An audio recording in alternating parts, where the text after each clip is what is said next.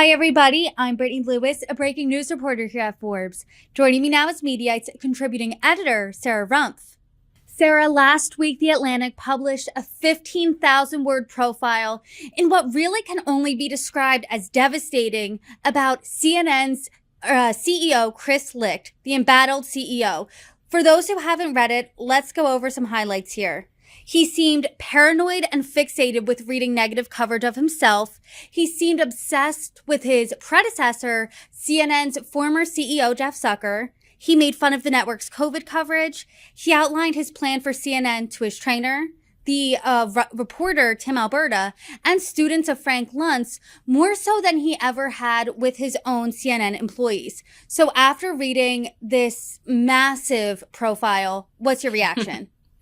The stories you see in the sports world when a popular college football or NFL coach is ousted, and then the person who has to come in afterwards.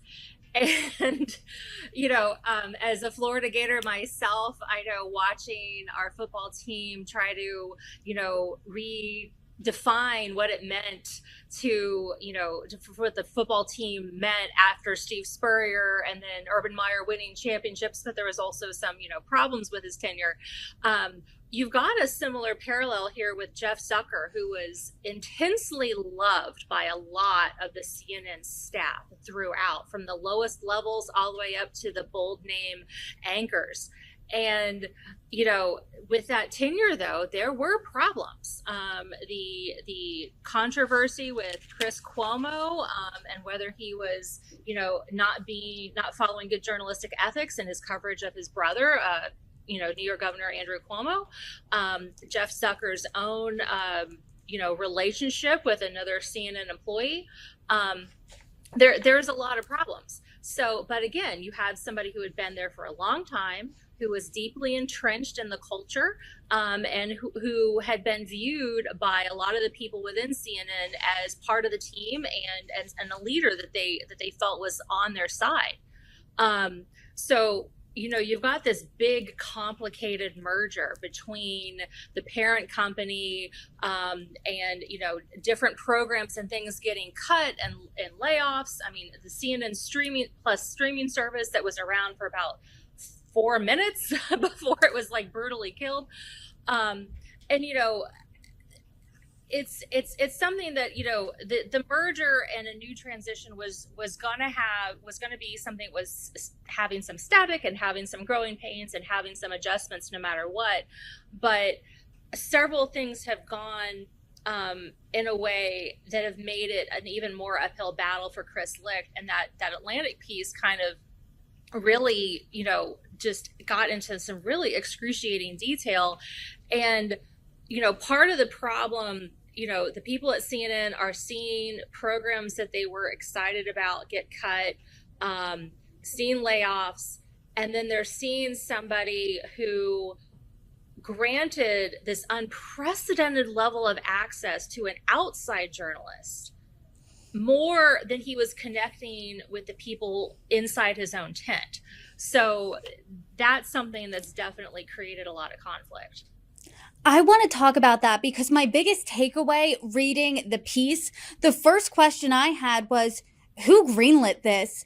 Because it is no secret that Chris Licht really has been floundering over the past year, whether it be CNN's low ratings, the entire morning show debacle with Don Lemon, and the loss of profits. So why would he grant a outside journalist that much access, he as well as his team, because top PR was involved?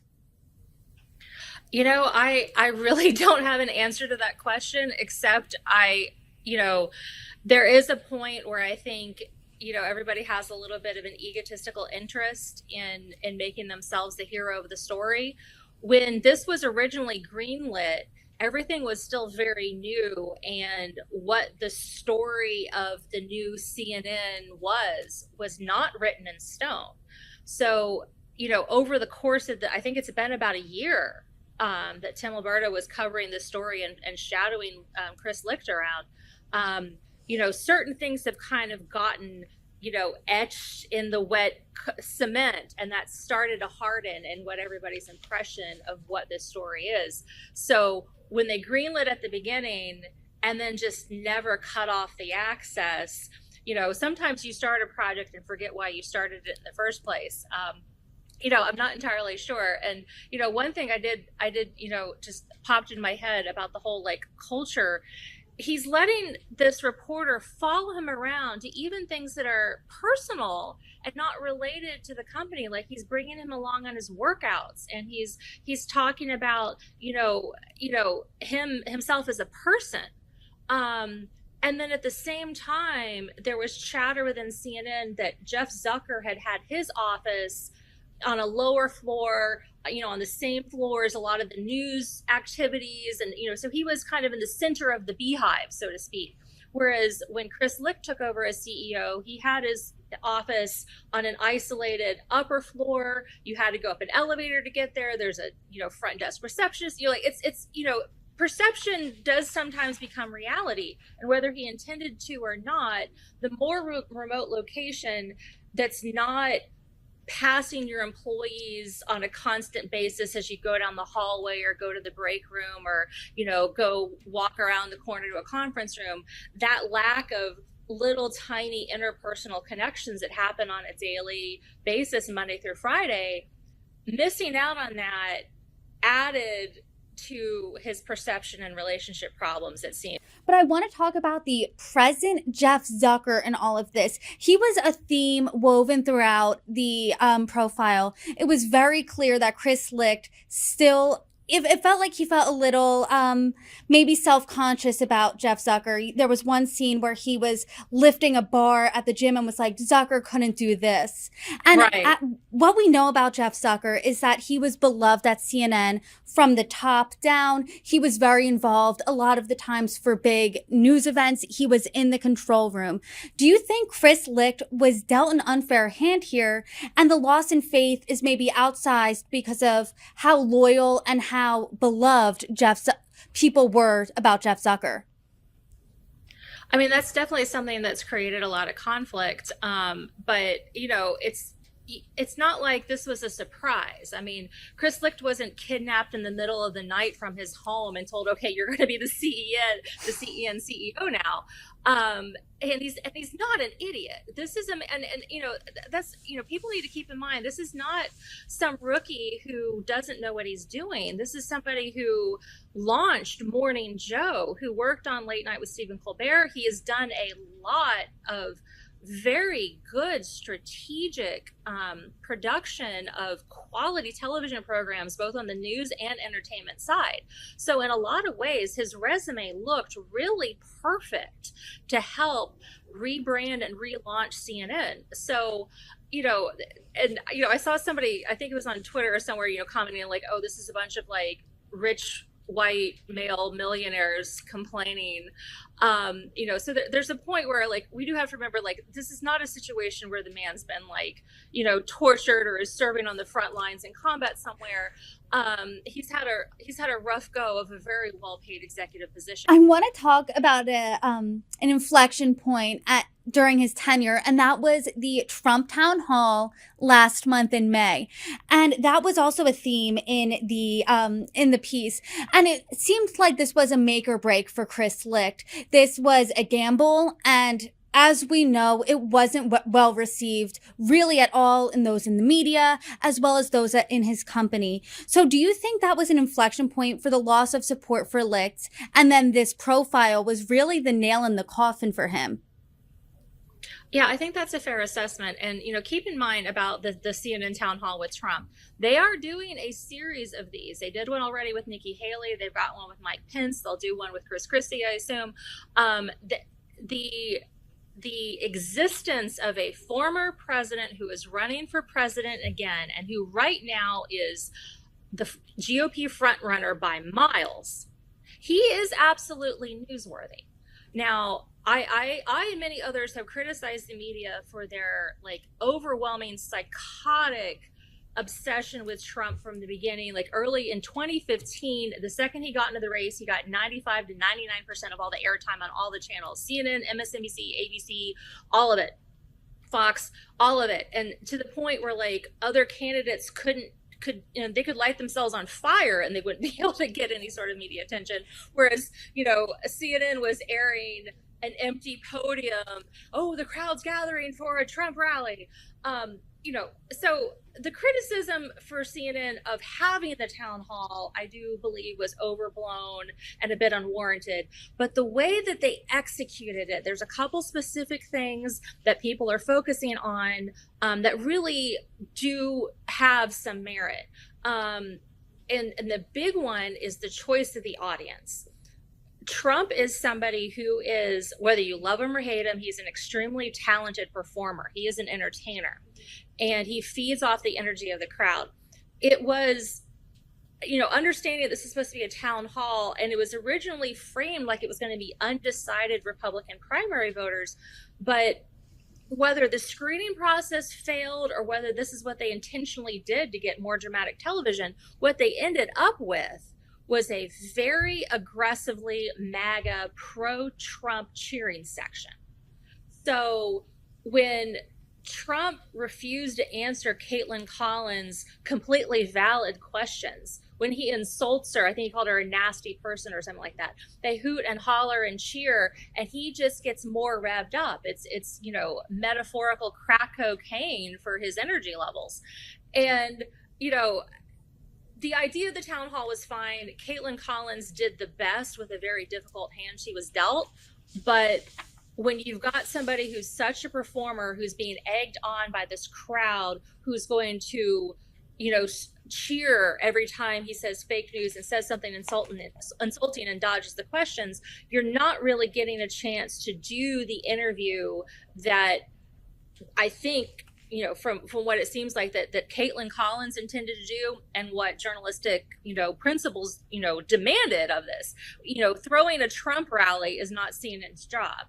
Having an interview with a leading presidential candidate, that's absolutely within their purview. So, that's something that is on the production side, on the organizational and planning side, and that's something that the buck stops with Chris Licht as far as the audience goes. There's also some reporting that's come out in the Atlantic piece and some others on what was told to the Trump campaign or what was told to Trump himself about how this would be done.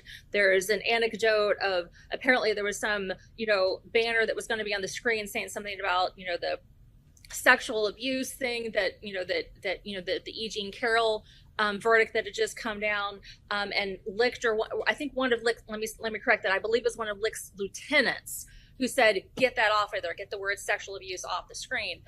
If they're censoring facts, this isn't a matter of an opinion, this is a fact that there was a jury verdict that Donald J. Trump committed defamation and sexual abuse of E. Jean Carroll. That is a fact that happened. So if CNN is removing facts because they're going to make Trump unhappy, then that's where the criticism really does have some teeth.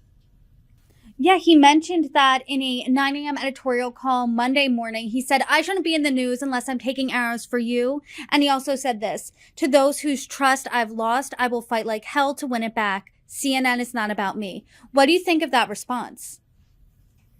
I mean, from the way that people have described that call, it was a good tone. And it probably is like the only thing that he could have done. It does seem to have gotten a fairly, okay, well, that was the right thing to say sort of response, but it also got a lot of, well, too little, too late. It's one of those things like, okay, the bleeding's been going on for almost a year now, and now you want to come in with a Band-Aid. Okay, well, that's great. This is something that you should have said months ago. This you shouldn't have embarrassed the network like this.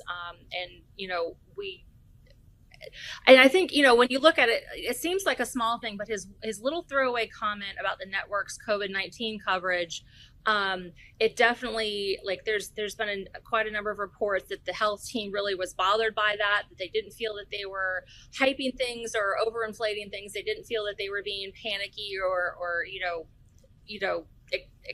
exploitative journalism or anything.